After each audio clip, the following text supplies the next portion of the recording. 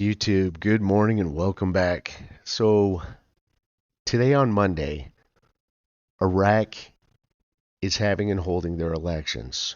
What does this mean to us?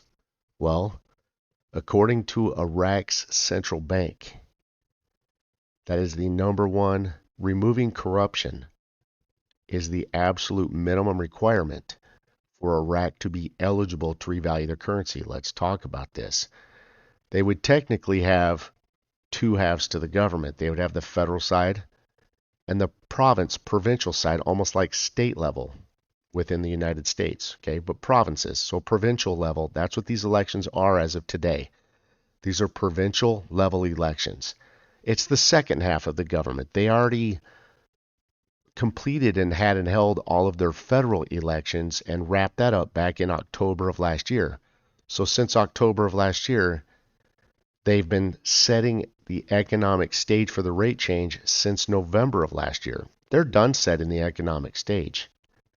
Okay, they don't have any more economic steps to do. That's why they're finishing the very last step of removing and cleaning up corruption at the second half of the government in the provincial level. Now, let's look at some articles on this. Here's an article from December 15th, according to the Prime Minister. It says Al-Sudani calls for active participation in the provincial elections. I've got some highlights in here I want you to look at. You guys can always pause. If you want to read this article, you could pause the video now and read this article. But in the highlights, it says the government achieved within a year clear achievements that touch the needs of the people, far from political intersections or regional basis. So he's telling you, I just told you right here, it says achieved within a year. I told you for the last year, they've been setting the economic stage from last November through this year's November. And they've achieved all the goals they needed to. That's why the government achieved within a year. So the economic stage is set and ready for the revalue. Sudani accomplished everything in the last year he needed to economically to be ready in preparation to revalue the currency. Now, right here in red, again, this is from Sudani, we have no tool for change and correction other than elections. So the only tool for change and correction to remove corruption and correct the government is the elections. And remember, that's the central bank's minimum requirement to be eligible to revalue. And abstaining from them is justified negligence, whatever the reasons.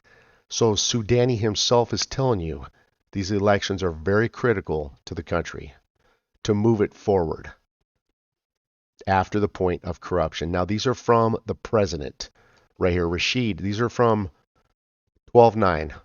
Rashid urges the participation in the local elections. Al-Hakim, it has been a long time, and it has been a long time coming, and its time has come. Here's a highlight in here. Again, you can pause this video if you want to read the article. This entitlement, meaning this election period, must be fulfilled. So these elections, again, this entitlement, elections must be fulfilled for the purpose of consolidating, which is achieving stability and launching reconstruction and services in our honorable governments. Do you have any idea what he just told you right there in red? He said these elections must be fulfilled for the purpose of consolidating, which means achieving stability. Okay, and then once stability is achieved, after the elections, they can launch the reconstruction and services. You know what those are? Those are reforms. So they're telling you they have to have and hold these elections first to remove corruption per the central bank's minimum requirement. These steps of having and holding the elections achieve stability, allowing them to launch the reforms. That was huge, and I hope you understand that. The best way to remove the corrupt is to go to the election ballots. This is from Maliki. The best way to remove the corrupt is to go to the election ballots and choose the righteous. So they're telling you the only way to remove the corruption is to go to the ballots and to choose the righteous. Here's another one from the president. He says, Rashid urges citizens to actively participate in the elections. The elections for the upcoming provincial councils are important very much, especially in this period. And here's how important they are. In order for them to bring forward the services to the citizens, and it says right there, rebuild, which means infrastructure, and provide various services that the citizens need. So in order to bring the reforms forward, okay, they strongly recommend that the citizens participate in the elections. Okay, and it's very important during this period, okay, to remove the corruption, to meet the central bank's minimum requirements of removing corruption, so that after that they can start and launch the reforms. Do you see how critical it is? Do you see what they're telling you? They're telling you that the reforms are going to be implemented after these elections, and the only way to implement the reforms is to change the rate, because that's what they're waiting on. They're also telling you in these statements of these articles I'm showing you that the only way they can revalue the currency is to have and hold these elections. I hope you clearly understand that. And here's the last and final one from another one from the president. President Rashid urges active participation in the elections, a constitutional consolidation of democracy. Again, you could pause the video to read the article if you'd like. The upcoming provincial council elections are very important, especially in this period in which the government's efforts continue to build and rebuild. That means launch the reforms and provide services, reforms. So again, the reforms are absolutely waiting on the rate change to implement. They can't implement the reforms without changing the rate.